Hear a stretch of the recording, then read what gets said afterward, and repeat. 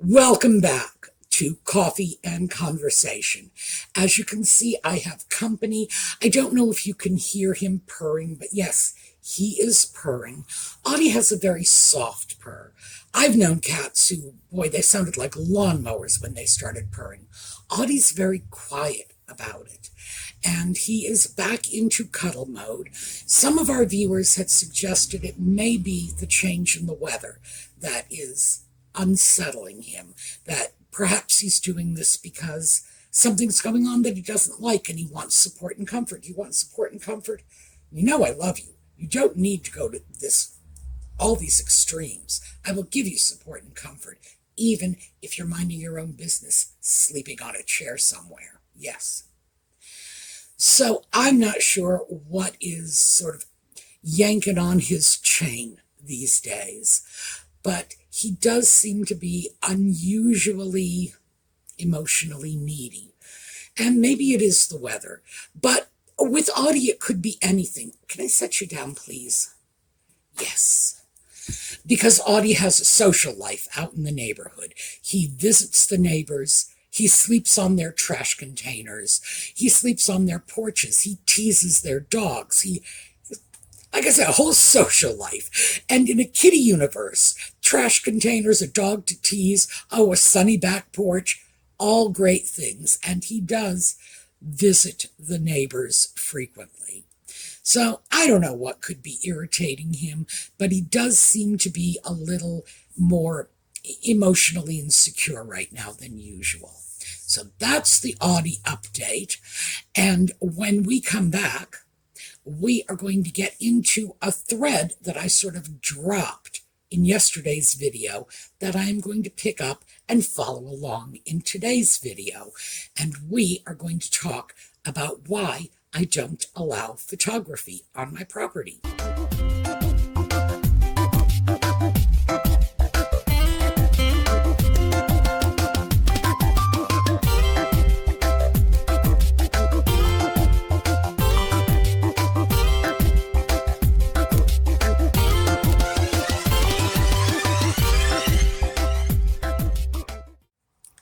Okay, so before we get started here, some of you might recognize this. This is the Audie fan that Colleen sent me, along with a whole bunch of other stuff in this wonderful box for my birthday. And yes, I have an Audie fan. And the reason the fan is out is because I have made progress cleaning my desk. So I now have 2 clean desk drawers. Yay. There are only 2 drawers, so this means I can just as easily say all of my desk drawers are clean.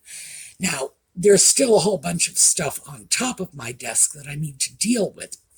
And I started to realize that one of the reasons I am finding this so much easier is because it's my desk, my computer is right here, so I can shift back and forth, I can do work, I can clean, I can go back and forth, whatever is the least boring to me at that moment, I can tackle. And then when that becomes boring, I'll go back to work or I'll go back to cleaning, whatever. But yes, I am making progress on the desk. I am so thrilled. And as I said yesterday, I think once I have the desk clean, it's probably going to motivate me to finish the kitchen table and the doll room. And those are the 2 things well, the desk. So it's 3 things. Sorry. 3 things that had really kind of gotten out of hand for me. The kitchen table, the doll room, the desk. Once they are back in check, I should be feeling pretty good about the general state of affairs around here. No longer sitting back saying, well, it's so messy, it's probably a good thing nobody comes to visit anymore, because I'd be ashamed to have someone in my messy house. And naturally, it was the lack of socialization in 2020 that made this nonsense acceptable to me in the first place. So, that's where we are on the little projects.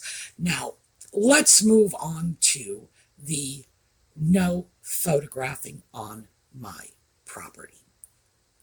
Now, my property is on a corner, and as most of you know, I'm sure, I own a schoolhouse that was built in 1852. I have all of the deeds going back to the original sequestration of this plot of land from the farm. At one time, this was all farmland, 1851. When they pulled the schoolhouse, this was the first bit of land that was sold off. And it was sold off to the county for the purpose of putting up a schoolhouse. And then gradually other bits of the farmland got sold off. That is, like, in farming America, that is pretty much the history of everybody's land. Once upon a time, someone was growing crops on it, and then over the years, the large farm got whittled down. And, a lot of people are concerned about the loss of farmland. I am in an area where the loss of farmland does not seem especially problematic because we have many farms. I can stand in my yard and throw a rock at farmland in two directions, and trust me, not to be sexist, but I really do throw like a girl. So that just tells you what's going on in terms of farmland around here. So for a long time, it was the schoolhouse, in effect a municipal property owned by the county. Later, when it changed hands from the schoolhouse, and this was 1928, it was transferred over to the Brethren Church. I don't know how much they paid for it, if anything. I really do not know. I haven't been able to figure that out in the deeds, because I believe this deed simply says consideration, which could have been money, it could have been, paying back taxes, it could have been anything like that. So in 1928, it got transferred to the Brethren Church, and the Brethren Church put a clause in the deed preventing future owners of the property from, 1, serving malt or spirituous liquors on the premises, and it doesn't say whether or not it's for public sale. Serving it might mean just, pouring Uncle Benny a drink when he comes to visit. And 2, allowing religious services of any other denomination without, in fact, specifying other than the Brethren denomination. So it's kind of vague. But yes, these are conditions in my deed. And I do not believe this is enforceable. I do not think the Brethren Church had the authority to do this, in perpetuity for all time. I don't think they did. Nevertheless, they did put these clauses into the deed, and I love it because it gives the place a certain amount of character. And given the fact that my neighbors on the other side are of a proselytizing religion, let's just say that, it does give me a built-in excuse to say, no, I'm sorry, we can't have a prayer meeting here. It's in the covenants of my deed, and I can produce the deed to prove it. So there we go on that. After the Brethren Church sold the property, they had sold it to someone who operated a machine shop in the schoolhouse. Not sure how or why, that didn't last very long, and then it went back into private hands again. Now, because it's on a corner, because it had that history of being open to the public, as a school, as a church, as a machine shop, I think that might be why people are inclined to just sort of come into my yard, park their cars on my lawn, and say, well, this is where we're parking. Which, until I put up my hedge, which, as you all know, was recently torn down by the township, That was why the hedge went up, to prevent this from happening. So yeah, that's sort of the whole crazy story of my property. Now, the reason I am such a bear about no photographing on my property is twofold. One, the property history that had almost created a sense of public ownership of the property in years past. Baby's back with me.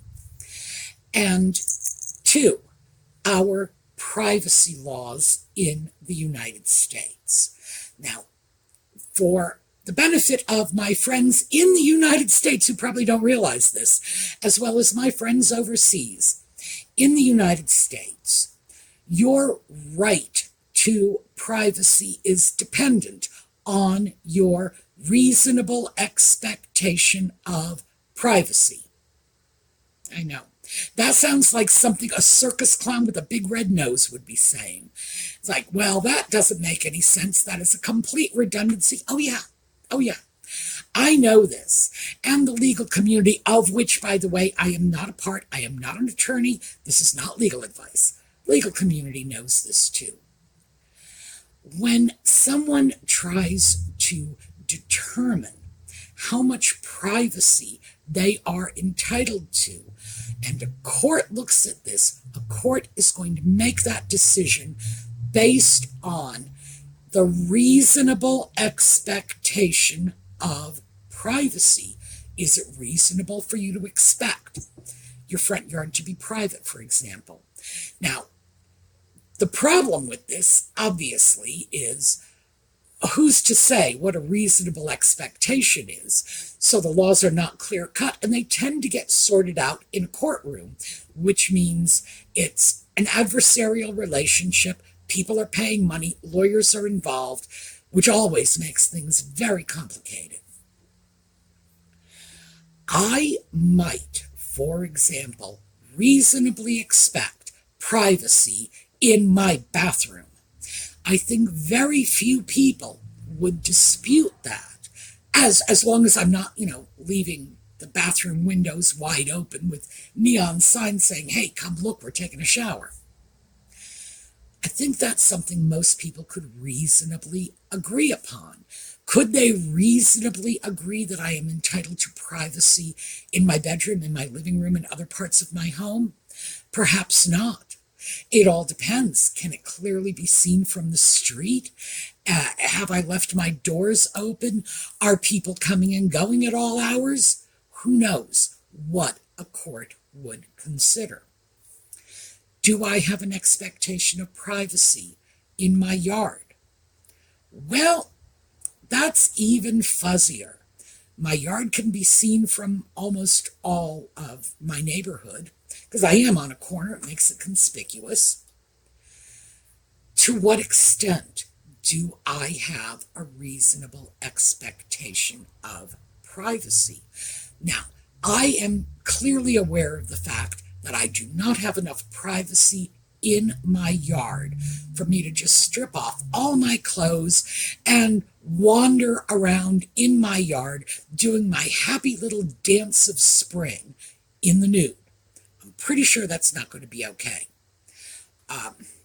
Although I have some elderly neighbors across the street, and she does her lawn work, mows her lawn in her bra, like seriously, with no blouse on, and her late husband used to go out with no shirt on, and they thought that was normal, so I don't know, kind of a gray area here. What I do know is that the more privacy I give up on my property, the less privacy I can reasonably expect. That's where the photographing comes in. By the way, this isn't just to protect me. My neighborhood has many, many elderly people in it, and we'll get to that, how this impacts elderly people in a moment. When I get a delivery from Walmart, for example, the Walmart driver says, we are taking pictures. And I say, no, you may not. You need my permission to photograph on my private property. That is the law, by the way. And I dare say that it's that way in most jurisdictions. You cannot step onto private property and take photographs without the owner's permission. So we've gone back and forth on this because I get deliveries from Walmart.com all the time, and they are the primary culprits in terms of snapping pictures. My FedEx drivers, my UPS drivers, they don't do this. Most of my Amazon deliveries are made not by Amazon, but by third-party services like the post office, UPS, etc. So Walmart's my big culprit. I finally decided I was sick to death of arguing with them, and it was pointless because the overwhelming majority of the delivery drivers don't speak enough English to really have a meaningful argument with them. You can't take pictures, huh? I mean, literally, that's what the arguments would be like. So I got a sign, and here's the sign. I'm using it as the thumbnail for the video. I had this professionally made because I wanted to make a statement that I take my property rights very seriously. Why? Because if I let Walmart come onto my property and start photographing willy-nilly, who knows what I am letting myself open to in the future. It is my right to refuse to allow someone to photograph on my property right now. But if someone could make an argument that I have voluntarily waived that right and never complained about it, maybe it won't be my right in the future. Now let's get over to my elderly neighbors. See, I'm fighting this fight for them too. My elderly neighbors are aware that young people have cell phones. Some of my elderly neighbors, in fact, have cell phones themselves. My neighbor Jane has a cell phone, and you all know Jane. I've shown videos of her. We've gone to her yard. She is 85. Her husband, who is a year older, also has a cell phone. He keeps his in the sock drawer. When Jane and I go out walking, she doesn't take her cell phone. And in fact, my cell phone, the entry code for my cell phone is a code that Jane, it's something that resonates with Jane. She'll never forget it. I keep it that way for a reason, because if we go walking and something happens, she doesn't use her cell phone, and she might need to use mine. So I want to make sure she has quick and easy access to it. These are not people who wander around with their cell phones in their pockets. They do not understand this selfie generation. They are not clear about the fact that every 10-year-old in town is running around with a cell phone, with a camera, and has the ability to photograph anything, anytime, at a moment's notice. If it's in their line of sight, it can be memorialized in a photograph, and from there, it can make it to Instagram or TikTok or whatever. And my neighbors are not clear about the concept because they were born on the wrong side of the technology divide, quite frankly. It doesn't mean they're stupid, because they're not, believe me. Not Jane anyway. They're not stupid people. They are intelligent people. It's just that they are unused to the technology. Not having grown up with it, they don't live with technology. Jane and I will walk down the street, we'll be a mile away from our homes, and she won't have a cell phone with her. She won't have a wallet with her. It's like we're walking in our neighborhood in our shorts, and that's all there is to it. The idea that we are out in the community is just not part of her thinking. She thinks of this as we're out walking in the neighborhood. What could go wrong? Because that was what life was like for her for most of her life.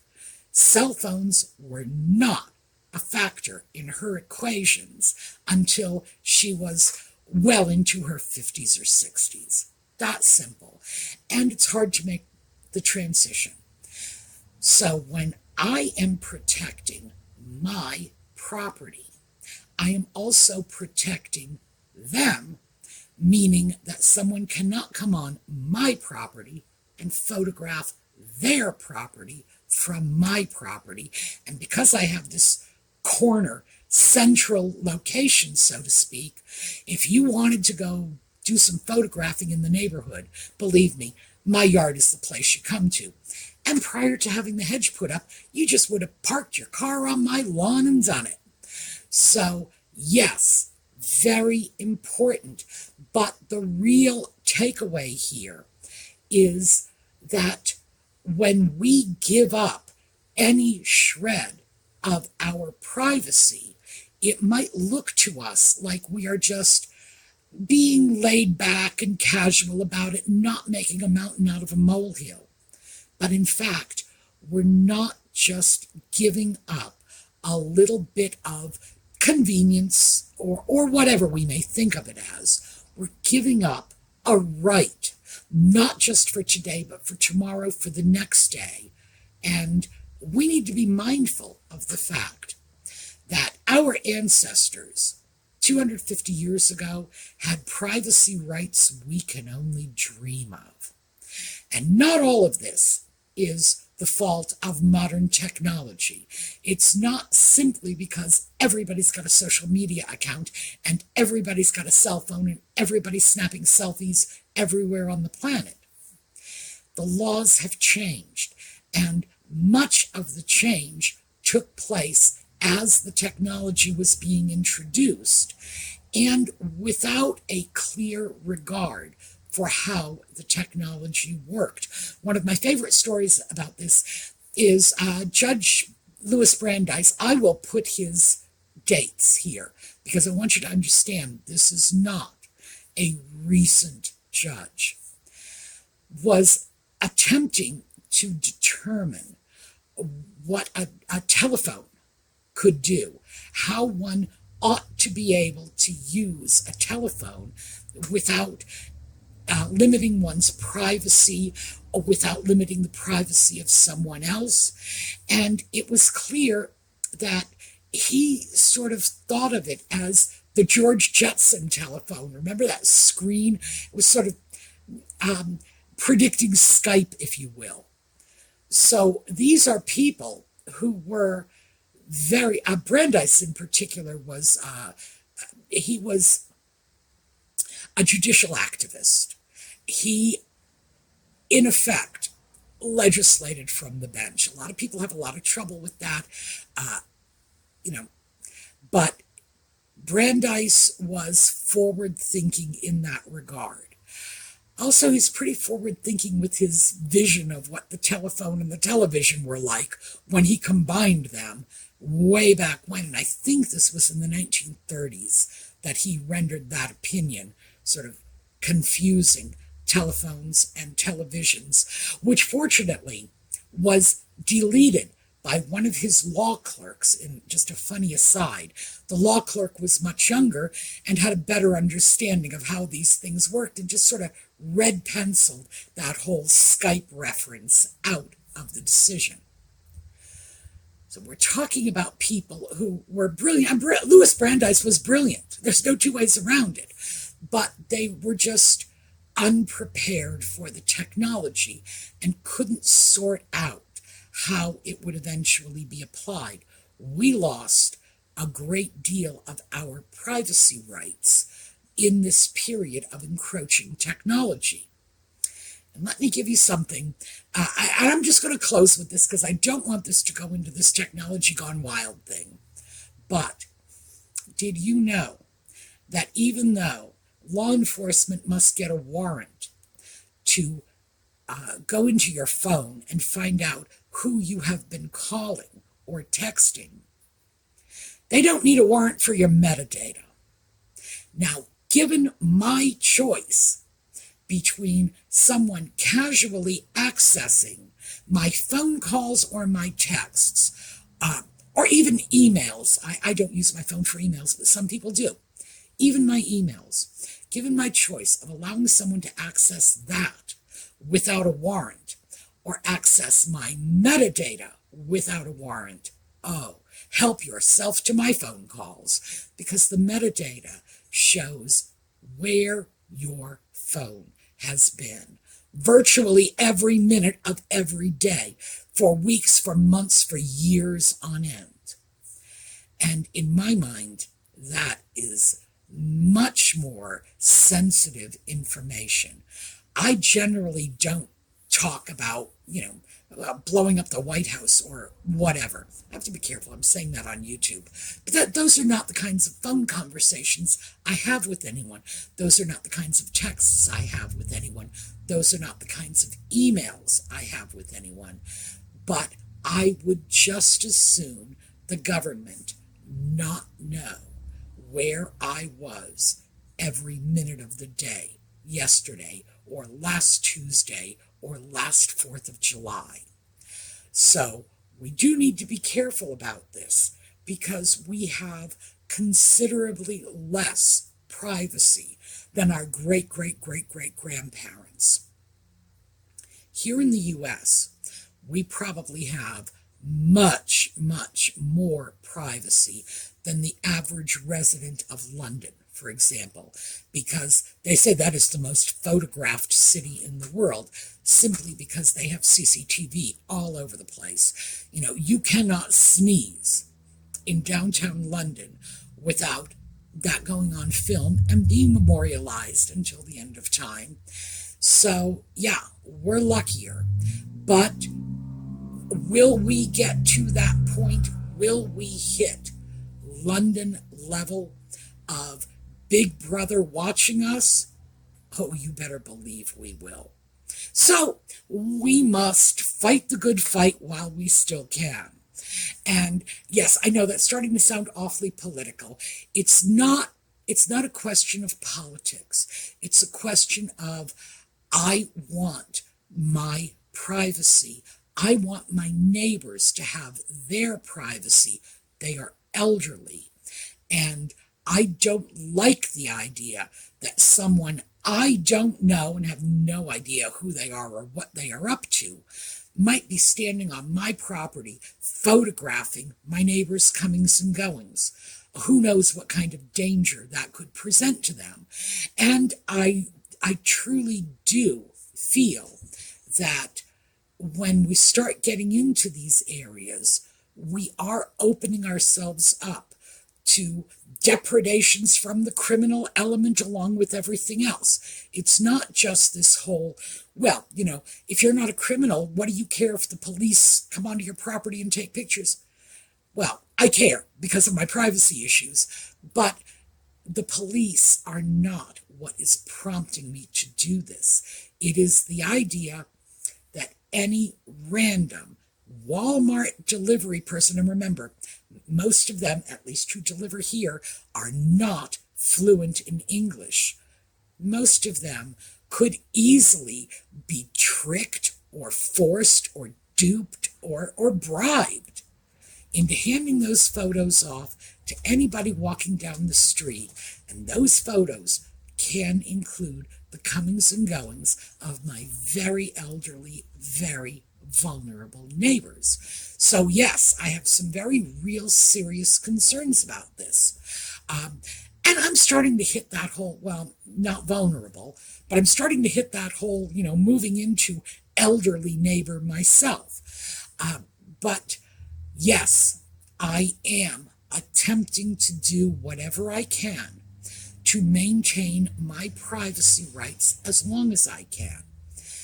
Now, as I said, I have the legal right to refuse to allow photographs on my property by posting a sign on the fence and by writing Walmart an email anytime one of their employees snaps a picture on my property in defiance of the clear injunction on my fence. I am protecting that right. That means that I can make an argument that I have a reasonable expectation of privacy on my property. I am attempting to ensure it. I am attempting to secure my property, wrapping it up in a fence and a hedge until, the long arm of the law came in and tore it out last month. That is why it is important. And certainly, privacy rights, I think, should be important to everyone. As I said, the argument you will hear the most is if you're not doing anything wrong, why do you need your privacy? Well, here's the thing. First of all, number one, most of us are doing something wrong. It doesn't mean we're hijacking airplanes or dealing drugs in schoolyards. But most of us do have things we might want to hide. Maybe we don't want to hide them from the law. Maybe we want to hide them from our significant other. Maybe we want to hide them from the neighbors. Who knows? But we all have things we want to hide. So that argument sort of falls shy at the gate as far as I am concerned. But it's pretty much beside the point. It's not about hiding wrongdoing. It's about preserving my right to do as I please in the privacy of my own home, which is fundamentally an American right. But, as I say, 250 years ago, it was a right that was much more inclusive than it is today. So that's the whole story about no photographing on the property and as much of the whys and wherefores as I'm prepared to get into in this quick little half hour. All right, that is what I have for you today. We are going to take a look at a slideshow on the way out. We have been looking at the Halloween slideshows. Those are Colleen's Halloween, and that's how I label them in my files. Halloween 1, Halloween 2. Her slideshows, it's her photographs from her previous Halloween decorations, and this is indoor, outdoor. She loves Halloween. She really goes crazy. The next slideshow I am going to put together from Colleen is a slideshow involving the Tidbit trays Colleen makes for Halloween, just because I think that'll be fun. And we will probably end up taking a look at that next year. So, slideshow coming up. Those of you who stay with us for Just Chatting, 8 o'clock Eastern Standard Time. That's New York City time, by the way. That's the easiest way for you to figure out what time it is. Just look up New York City. That's my time zone. And in the meantime, have a terrific day.